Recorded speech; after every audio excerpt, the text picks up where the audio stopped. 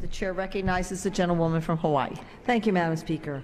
Madam Speaker, the Hanabusa Garamendi Amendment is simple. It would ensure that President Obama does not circumvent the War Powers Resolution by unilaterally committing U.S. forces to operations in Iraq. I've opposed our involvement in Iraq since 2002 and continue to oppose it today.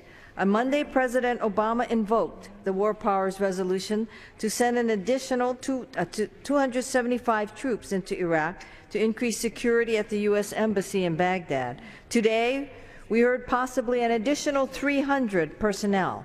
While I understand the need to send troops into Iraq for the express purpose of providing security for U.S. personnel in Iraq, and this amendment would not prevent the additional embassy security recently announced by the administration or any evacuation operations, I remain resolute that we should not resume combat operations in Iraq. Congress and the administration need to seriously consider the lack of objectives or an endgame in the U.S.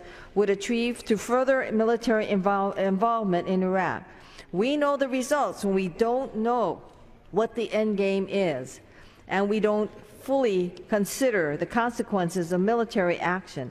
And this miscalculation is not worth repeating to involve our nation in a situation that is the result of a long-standing sectarian conflict.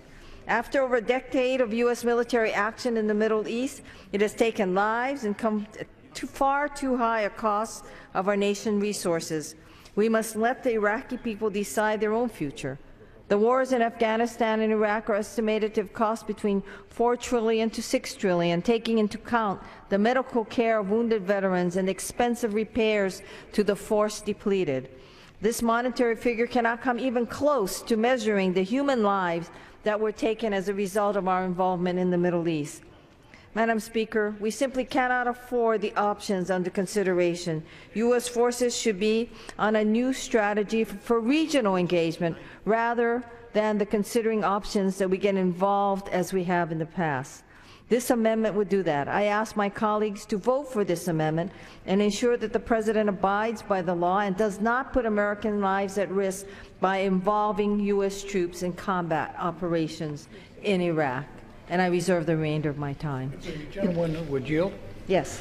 Appreciate the gentlewoman for offering the amendment. I certainly would rise in support of it and certainly think it's acceptable to the committee. I would point out to my colleagues, though, that if you would, your view has been anticipated. I would draw my colleagues' attention to Section 8113 of the underlying legislation, as well as Section 9013. So I do not want anyone to think that the committee itself, including the chairman, was inattentive to the points you raise. Thank you very much. The gentlewoman from Hawaii reserves. Reserved. Does any member seek to claim time in opposition? No, not opposed. The gentlelady from Hawaii is recognized.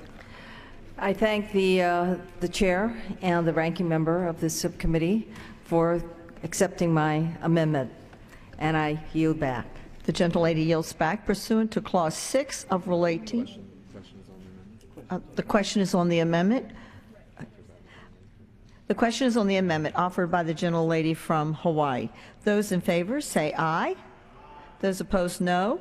In the opinion of the chair, the ayes have it and the amendment is agreed to.